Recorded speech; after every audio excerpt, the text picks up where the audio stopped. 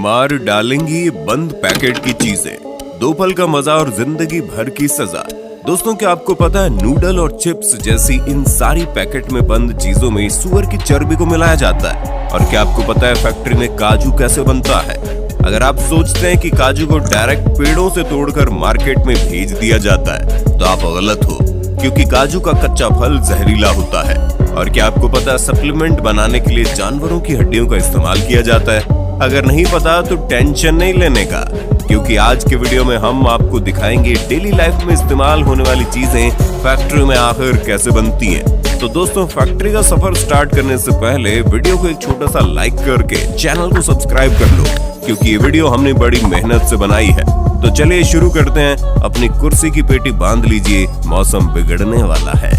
किशमिश making process. दोस्तों, किशमिश कितना फायदेमंद होता है ये तो आपको पता ही होगा, लेकिन क्या आपको पता है जो अंगूर हम बाजार से लाते हैं उनसे किशमिश नहीं बनते। अगर आप उन अंगूर से किशमिश बनाने की कोशिश करोगे तो अंगूर ऐसे ही खराब हो जाएंगे। दोस्तों, भारत में अर्कावती और सुल्ताना इन्हीं 2 अंगूर की किस्मों से किशमिश बनाई जाती है। तो दोस्तों, किशमिश बनाने के लिए सबसे पहले इन अंगूरों की खेती की जाती है, और जब ये सारे अंगूर पक जाते हैं तब बारी आती है इनकी हार्वेस्टिंग की, जिसके लिए वर्कर सभी अंगूरों के गुच्छों को तोड़ तोड़ कर कैरेट में भरते जाते हैं, जिसके बाद इन्हें गाड़ी पर लोड करके प्रोसेसिंग एरिया में लाया जाता है। और फिर इन अंगूरों से भरे कैरेट को बारी बारी से इथाइल ओलिएट और पोटेशियम कार्बोनेट के मिक्सचर में डुबोकर 3 से 5 मिनट तक छोड़ दिया जाता है। ऐसा करने से अंगूरों के सारे बैक्टीरिया और फंगस नष्ट हो जाते हैं, और इन केमिकल की वजह से अंगूरों की सूखने की प्रोसेस भी काफी तेज हो जाती है और ये सड़ते भी नहीं है। फिर इन अंगूरों को केमिकल में भिगाने के बाद इन्हें सुखाने के लिए एक जालियों का सेट बनाया जाता है, और इन जालियों पर अंगूरों को अच्छी तरह फैला दिया जाता है। अंगूरों पर डायरेक्ट धूप लगने से खराब हो जाते हैं, इसलिए इन जालियों के रूम को छायादार बनाया जाता है। और फिर इन अंगूरों को 10 दिन सुखाने के बाद ये सल्फर प्रोसेस के लिए रेडी हो जाते हैं, जिसके लिए इस जालीदार रूम को पूरी तरह से पैक कर दिया जाता है ताकि सल्फर का धुआं बाहर ना जा सके। उसके बाद रूम में थोड़ी थोड़ी दूरी पर गड्ढा करके उसमें भूसे को डालकर उस पर सल्फर पाउडर डाल दिया जाता है, और फिर सल्फर को जलाने के लिए उस पर जलता हुआ कोयला डाल देते हैं। ऐसा करने से रात भर सल्फर का धुआं अंगूरों पर लगता रहता है, जिसकी वजह से अंगूर तेजी से सिकुड़ने लगते हैं। और इसके बाद अगले दिन इस रूम को खोल दिया जाता है, और फिर अंगूरों को 4 से 5 दिन सूखने के लिए छोड़ दिया जाता है। और जब सभी अंगूर सूख कर पूरी तरह से किशमिश बन जाते हैं तो इन किशमिश को निकाल कर कैरेट में भर लिया जाता है। इसके बाद इनकी सफाई करने के लिए इन्हें प्रोसेसिंग फैक्ट्री में लाया जाता है। फैक्ट्री में लाने के बाद सबसे पहले किशमिश को क्लीनिंग मशीन में डाला जाता है, जहां ये किशमिश कन्वेयर बेल्ट की मदद से जब वाइब्रेटिंग मशीन तक पहुंचते हैं तो ये मशीन अपने आप वाइब्रेटिंग सिस्टम की मदद से किशमिश में मौजूद डंडियों और कचरों को अलग कर देती है। और फिर इन अलग हुए किशमिश को वाटर प्रोसेसिंग से गुजारा जाता है ताकि किशमिश पर लगे केमिकल और धूल वगैरह अच्छी तरह से साफ हो जाए। और क्लीनिंग पूरी तरह से कंप्लीट होने के बाद इन गीले गीले किशमिश को ड्रायर मशीन में सुखाया जाता है, और फिर किशमिश सूख जाने के बाद फाइनली इनकी पैकिंग करके इन्हें मार्केट में भेज दिया जाता है। Wine making process. दोस्तों, अब जब बात चली रही है अंगूरों की तो लगे हाथ ये भी देख लेते हैं कि इन्हीं अंगूरों से फैक्ट्री में वाइन आखिर बनती कैसे है। दोस्तों, ग्रेप वाइन के शौकीन लोग दुनिया के कोने कोने में मिल ही जाएंगे, लेकिन क्या आपको पता है जिस एक गिलास वाइन को पीने में आपको कुछ मिनट भी नहीं लगते, असल में उसे बनाने के लिए कितनी मेहनत की जाती है।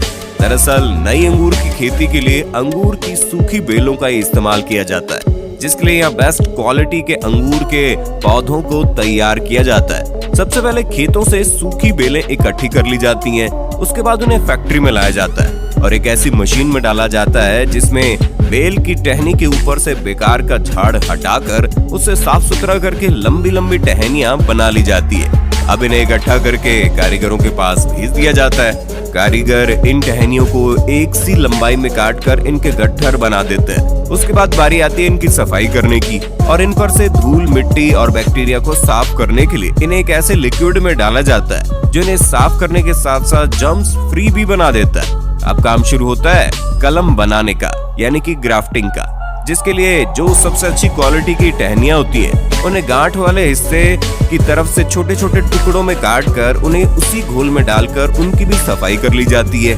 उसके बाद एक मशीन की मदद से जिन टहनियों के गट्ठर बनाए थे उन्हें छोटे गांठ वाले टुकड़ों के साथ जोड़कर उनकी ग्राफ्टिंग की जाती है, जिसके लिए खास मशीन का इस्तेमाल किया जाता है। इस मशीन के ऊपर छोटे टुकड़े को फंसाया जाता है और नीचे लंबे टुकड़ों को रखा जाता है, जिसके बाद ये मशीन उस छोटे टुकड़े को लंबे टुकड़ों में फिक्स कर देती है और अब कलम बनकर तैयार हो चुकी है। अब इनमें नमी को बनाए रखने के लिए इन्हें सबसे पहले मोम के घोल में डाला जाता है। उसके बाद इन्हें इकट्ठा करके एक बॉक्स में डालकर ऊपर से लकड़ी का बुरादा डाल दिया जाता है। उसके बाद इनकी तराई की जाती है और महज 15 से 20 दिनों बाद जब इनमें अंकुर फूट जाते हैं और इनकी जड़ें निकल जाती है तो इन्हें उस बॉक्स में से निकालकर खेतों में रोपाई के लिए भेज दिया जाता है, जहाँ पर इनकी बेहतरीन देखभाल की जाती है और एक उम्दा किस्म की वाइन के लिए अंगूरों की फसल तैयार की जाती है। जब ये फसल पूरी तरह से तैयार हो जाती है तो प्रोसेस शुरू होता है वाइन बनाने का। इसके लिए सबसे पहले पके हुए काले अंगूरों को बेलों से तोड़कर इकट्ठा किया जाता है, फिर उन्हें फैक्ट्री में लाकर अच्छे से पानी से धोकर क्रशिंग मशीन में डाल दिया जाता है, जहां से शुरू होता है वाइन बनना।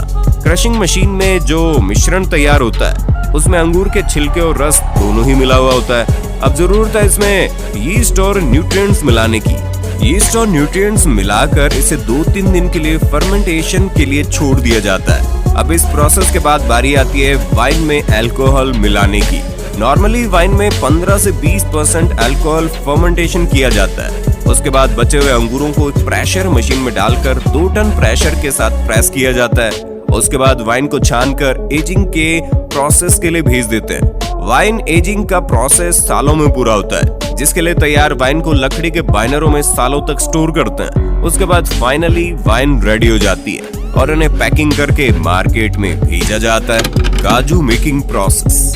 दोस्तों, बच्चे हो या बड़े हो, काजू तो हर किसी को पसंद होता है, लेकिन क्या आपको पता है काजू कैसे बनता है? और अगर आपको ऐसा लगता है कि काजू को पेड़ों से तोड़कर डायरेक्ट मार्केट में भेज दिया जाता है तो आप गलत हो, क्योंकि काजू का कच्चा फल जहरीला होता है, इसलिए इसे प्रोसेस किए बगैर मार्केट में बेचा नहीं जा सकता। दोस्तों, काजू के फलों को कैशू एप्पल कहते हैं, जिसके निचले हिस्से में काजू का बीज होता है और इसी बीज के अंदर काजू होता है और इसके ऊपर वाले हिस्से से शराब बनाई जाती है।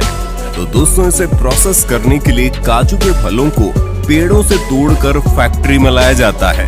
फैक्ट्री में सबसे पहले काजू के फलों से काजू के बीजों को अलग किया जाता है और फिर इन बीजों को 3 से 4 दिन तक धूप में सुखाया जाता है। उसके बाद इन सूखे हुए काजू के बीजों को हाई टेम्परेचर स्टीम के जरिए बॉईल किया जाता है। ऐसा करना जरूरी होता है क्योंकि इसके अंदर जहरीला केमिकल होता है जो कि बहुत ही खतरनाक है, स्किन को खराब कर देता है, पूरी तरह से स्किन को जला देता है। और फिर बॉईल करने के बाद काजू के ऊपरी कवर को निकाला जाता है, जिसके लिए मशीनों की मदद ली जाती है, क्योंकि काजू का ऊपरी कवर बहुत हार्ड होता है। उसके ऊपरी कवर को निकालने के बाद काजू के ऊपर एक पतला छिलका मौजूद होता है, जिसे निकालने से पहले इनकी रोस्टिंग की जाती है, क्योंकि कच्चे काजू को पकाना भी जरूरी होते हैं और ऐसा करने से इनमें मौजूद चिपचिपा लिक्विड भी उड़ जाता है। और फिर रोस्टिंग के बाद काजू का पतला छिलका भी निकाल दिया जाता है और फाइनली काजू की सफाई और छटाई करके इन्हें पैक कर दिया जाता है। साबुन मेकिंग प्रोसेस। दोस्तों, साबुन का इस्तेमाल तो हर कोई करता है, लेकिन किसी को ये नहीं पता होता कि आखिर फैक्ट्री में साबुन बनता कैसे है।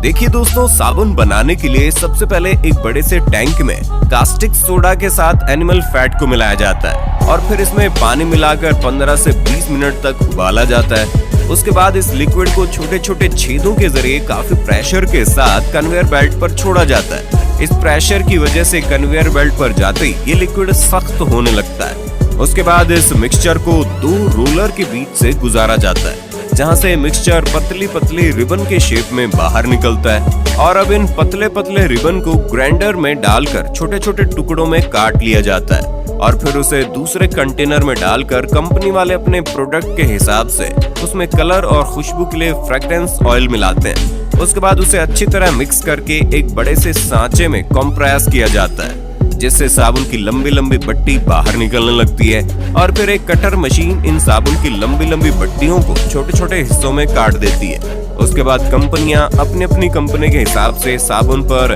ब्रांडिंग करके उन्हें पैक कर देते हैं। Polyester cloth making. चलिए जानते हैं खराब प्लास्टिक से फैक्ट्री में कपड़ा आखिर बनता कैसे। देखिए दोस्तों, खराब प्लास्टिक से कपड़ा बनाने के लिए सबसे पहले दुनिया भर से बहुत सारा खराब प्लास्टिक का मटेरियल फैक्ट्री में मंगवाया जाता है। उसके बाद इन सारे खराब प्लास्टिक के मटेरियल को कन्वेयर बेल्ट पर डालकर बहुत ज्यादा खराब प्लास्टिक को अलग कर दिया जाता है और फिर इन खराब प्लास्टिक के मटेरियल को एक क्रशर मशीन में डालकर क्रश किया जाता है। इसके बाद इस बारीक प्लास्टिक को गरम पानी में डालकर उबाला जाता है और जब ये प्लास्टिक बिल्कुल साफ हो जाती है तो एक छलनी की मदद से इन ऑफ प्लास्टिक को छानकर बाहर निकाल लिया जाता है, जिसके बाद इन प्लास्टिक को एक रोटेटिंग मशीन में डालकर ड्राई कर लिया जाता है और फिर इस ड्राई प्लास्टिक के पाउडर को इस मशीन में डाला जाता है, जहां ये प्लास्टिक का पाउडर हाई टेम्परेचर से गुजरते हुए प्लास्टिक के लंबे लंबे थ्रेड की शेप में बाहर निकलता है। इसके बाद इसे हीट करके फाइबर बना लिया जाता है। ये फाइबर रुई के शेप में होता है, जिसके बाद इसे रुई से धागा बनाया जाता है और धागे से कपड़े कैसे बनते हैं ये तो आपको पता ही होगा। Supplement making process. दोस्तों, आजकल का दौर सप्लीमेंट का दौर है। आजकल की भाग दौड़ भरी जिंदगी में हर कोई सप्लीमेंट का इस्तेमाल करता है और हर एक व्यक्ति जो जिम करता है वो भी सप्लीमेंट का इस्तेमाल जरूर करता है।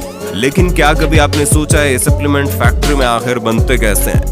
तो हम आपको बता दें, जितने भी सप्लीमेंट आपको बड़ी तेजी के साथ फुलाकर तगड़ा बनाते हैं ना, उन सभी सप्लीमेंट में ज्यादातर जानवरों की हड्डियों का इस्तेमाल किया जाता है, जिसके लिए जानवरों की हड्डियों को क्रश करके उनका पाउडर बनाया जाता है। लेकिन दोस्तों, हर कोई सप्लीमेंट जानवरों की हड्डियों से नहीं बनता।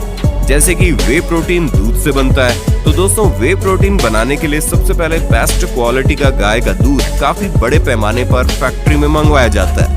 उसके बाद इस दूध में एंजाइम्स मिलाकर प्रोसेस किया जाता है, जिससे दही और लिक्विड वे अलग अलग हो जाते हैं और फिर इस लिक्विड को 145 डिग्री पर गर्म करके तुरंत 4 से 5 डिग्री पर ठंडा कर लिया जाता है। इस प्रोसेस को पास्चुराइजेशन कहते हैं। ऐसा करने से इसमें मौजूद सभी बैक्टीरिया नष्ट हो जाते हैं। उसके बाद माइक्रो फिल्ट्रेशन और आयन एक्सचेंज की मदद से वे में मौजूद फैट और लैक्टोज को बाहर निकाल दिया जाता है। इसके बाद जो बचता है वो क्लियर वे प्रोटीन होता है, लेकिन अभी तक ये लिक्विड फॉर्म में, इसलिए इसे एक ड्रायर में डाल दिया जाता है। ड्रायर में लगी हॉट एंड कोल्ड एयर इसका पानी सुखाकर इसे पाउडर बना देती है, जिसके बाद हमें मिलता है 90% वे आइसोलेट पाउडर। अब बारी आती है इनकी टेस्टिंग की और टेस्टिंग में पास होने के बाद इनमें फ्लेवर ऐड किया जाता है। इसके बाद इन पाउडर को डिब्बों में भर के ढक्कन लगा दिया जाता है और फिर अलग अलग कंपनियां अपने अपने कंपनी के हिसाब से लेबल और डिटेल्स लगाकर इन डिब्बों को पैकिंग करके मार्केट में भेज देती है। Chips noodles making. दोस्तों, नूडल्स, मैगी, लेज, चिप्स जैसी कई सारी चीजों को बनाने के लिए सुअर की चर्बी का इस्तेमाल किया जाता है। अगर आप इन पैकेट में बंद चीजों को देखेंगे तो इस पर आपको MSG लिखा मिलेगा, जिसका मतलब होता है मोनोसोडियम ग्लूटामेट। दोस्तों, ये MSG सुअर की चर्बी से बनता है। जब ये बात तेजी से फैलने लगी तो कई सारे देशों ने MSG को बैन कर दिया, लेकिन उसके बाद ये चालाक कंपनियां MSG की जगह E631 नाम का इस्तेमाल करने लगी। आज कई सारी कंपनी E631 के नाम पर हमें सुअर की चर्बी खिला रही है। तो दोस्तों, किसी भी चीज को खाने से पहले आपको पैकेट अच्छी तरह से चेक कर लेना चाहिए। और अगर आज के वीडियो में दी गई ये सारी जानकारी आपको अच्छी लगी हो तो वीडियो को लाइक करके चैनल को सब्सक्राइब कर लीजिए और इस वीडियो को अपनी फैमिली में, अपने दोस्तों में ज्यादा से ज्यादा शेयर करें ताकि जानकारी हर किसी को मिल जाए।